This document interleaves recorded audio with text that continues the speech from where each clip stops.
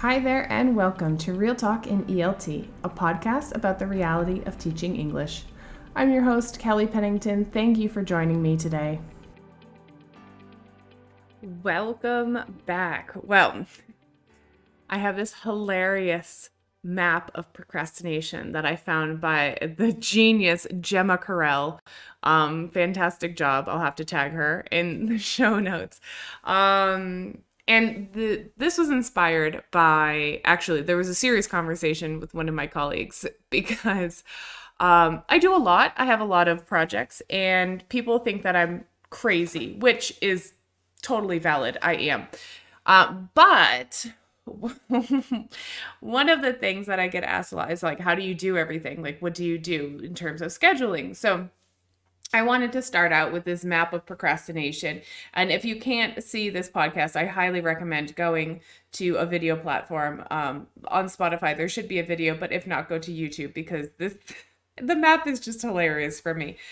So we have the Mount Gaming, TV Peak, Sudden Urge to do Laundry Valley, Napland, the River of Excuses, Mountains of Distraction, Lake Coffee Break, Social Media Forest, Online Shopping Cove, the Isle of Good Intentions off to the side, some Sea Monsters, the Sea of the Unknown, City of Closet Reorganization, which is something that I definitely do if I'm procrastinating, and Daydream Beach. So it's hilarious.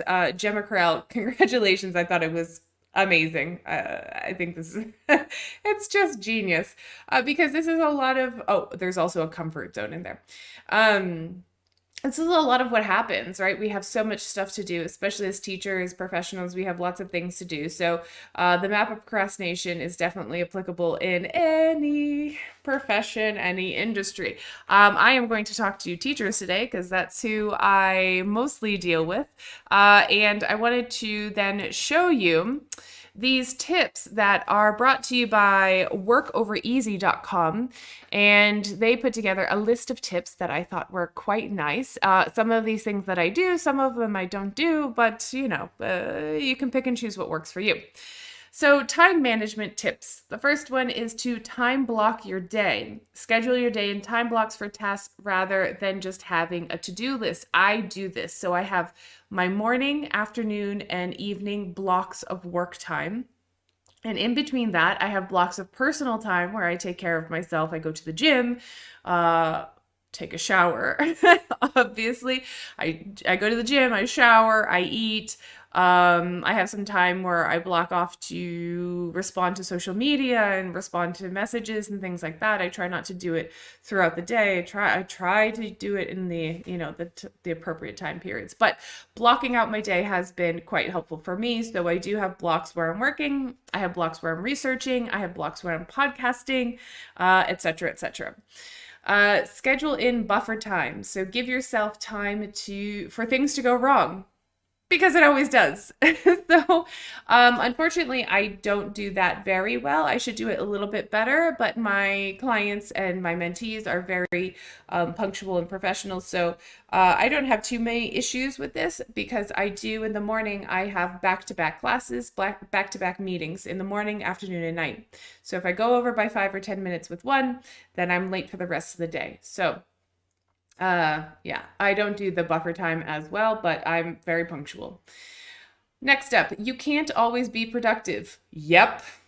Agreed. 100%. You can't always be productive, so don't waste your time dwelling on it and beating yourself up. Sundays, I do nothing. Literally nothing. Don't ask me to do anything. Don't require me. Don't even invite me to a barbecue because I'm probably not going to go. I am lazy and horizontal most of the day, catching up on reality TV shows and just trash TV and podcasts and all sorts of stuff. I do nothing. So Sundays are my day that I don't do anything. And for the most part during the week, I do have some times during the day that I'm just useless, completely useless, because you need to be at some point. You need to kind of give your brain a rest. You can't work all day. Well, I'm also not very good at this, but you need to rest. So don't plan to work all day. Give yourself time to recharge. I do schedule in breaks for myself. So I start quite early. I start at 7 and I finish at 9:30 every day. So I have like a 14-hour day. However, I do have a break after lunch that I can lay down for like 30 minutes to kind of recharge. I have a break in the evening to eat dinner and recharge a little bit. So I do have some breaks that I've scheduled in, and I absolutely refuse to schedule meetings during those times because I'm busy for 14 hours out of the day. So I do need like 30-minute recharges. Multitasking doesn't work. Actually, I believe that this is like true. I'll have to find the scientific data to back this up, but it's true. You can't do multiple things at a time with quality because your brain is constantly switching back and forth. So if you do one thing at a time, just focus on one thing and then get it done and then move on to the next one. Sometimes you have to multitask because you're doing multiple things, but if you try and do it all day, no. Set deadlines. Very good with this one. You're more likely to get your work done if you have deadlines to work towards. Yes, because what will happen is I set a deadline, I plan backwards, and then I get everything done, usually before that deadline. So for me, that works. I set a deadline, and I tell somebody else that I'm going to do something, and then I feel obligated because I've told somebody. So. Just self-pressuring, guilting yourself into doing it. No, it might work. I don't know if that's the healthiest. I don't know if therapists would really recommend that, but that's what I do. Just get going. Just start working. Yes, even if it's on the smallest task. And try to break things down into the smaller tasks too. That being said, just start. You got to start somewhere. And even if you have to go back and redo a little bit of it because it wasn't exactly what you had anticipated, that's fine. But most people just don't ever take any action, and that's half the problem. Prioritize, prioritize, prioritize. Listen, everything today is not a priority. I know that companies try to make you think that everything is a priority, but it's not. If the world is not going to burn down, if the company is not going to be bankrupt, then you can do it on Monday morning. Take your Friday night, Saturday morning, take it off. Honestly, the things are not that important, but everybody now, especially in the digital age, everything now has to be instant gratification. Sorry, sometimes you just have to leave the message and go back to the email 2 days later because nothing's really going to happen if you don't respond to that email within 15 minutes. 15 minutes or 2 days, if there's no negative consequence on that thing, leave it. You have to prioritize your tasks. Group meetings into blocks. Yes, already talked about this. So schedule all of your meetings at once to save on procrastination and traveling time. I don't travel. I work all online, but I do back-to-back meetings. I'll do 3 to 4 in a row before I take a break. So it works for me. It might not work for all people. If you need to have that 15 minutes to kind of reset your brain and refocus on what you need to do, perhaps that's not going to work for you. Work in sprints, work in short bursts with breaks in between rather than long slogs. Yes, there's, Andre Headland. He has a great thing about this. The Pomodoro technique, which he didn't invent it. He promoted it. Sorry, Andre. Yeah. But yeah, he talked about that. There's a lot of techniques that you can use to break up an hour of work or, assign tasks specific amount of time. So the Pomodoro technique is one of them. And I know that I've seen Andre promoting it because he was walking around with a kitchen timer. If you don't know what that is, feel free to ask me or just Google it. Pomodoro technique. Next up, break down tasks. Break down your work into tasks you can do in one session.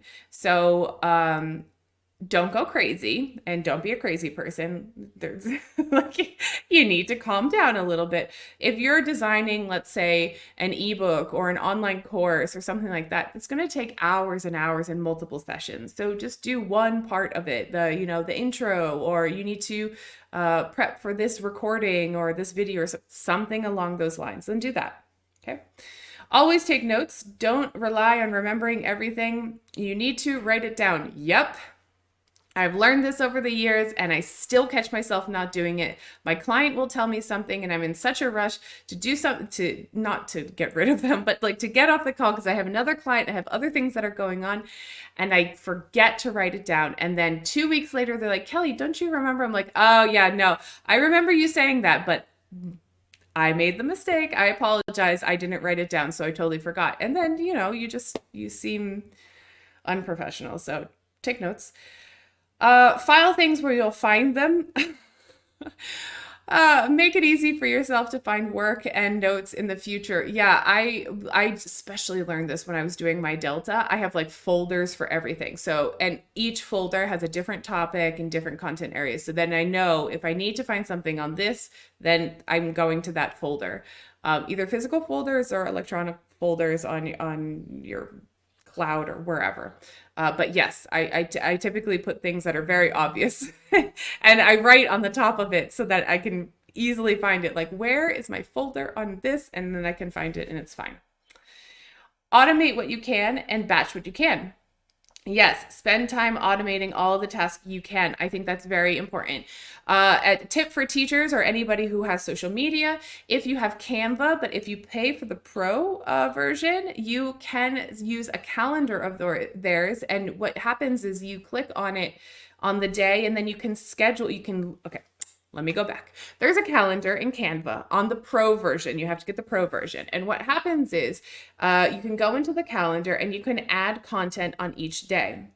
And it's obviously the things that you create in Canva, and then they can be, automated to be sent off. I do this with all of those beautiful little holidays, like the fun holidays that you see.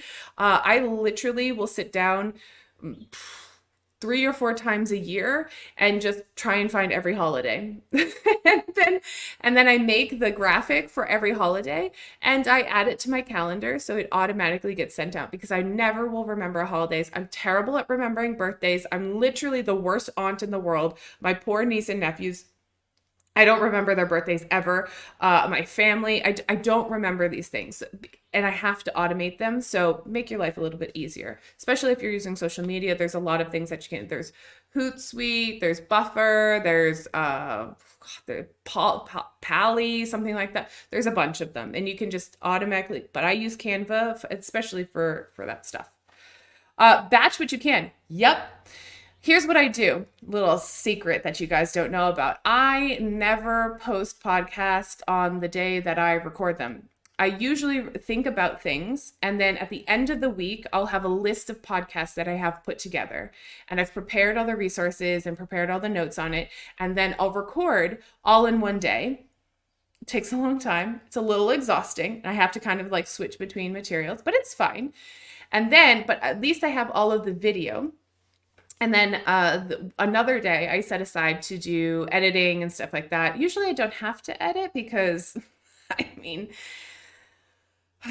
I podcast from home. Let's be honest. This is not the fanciest setup ever, so it's fine. And then I will automate them again, and I'll put them out at specific times. So when you hear podcasts, especially podcasts with guests, that those haven't been recorded necessarily super recently, I'll record with the guest, and then I'll edit it and make sure and get their approval, and then we'll set up a time and a day that both of us will be aware that the podcast is being broadcast.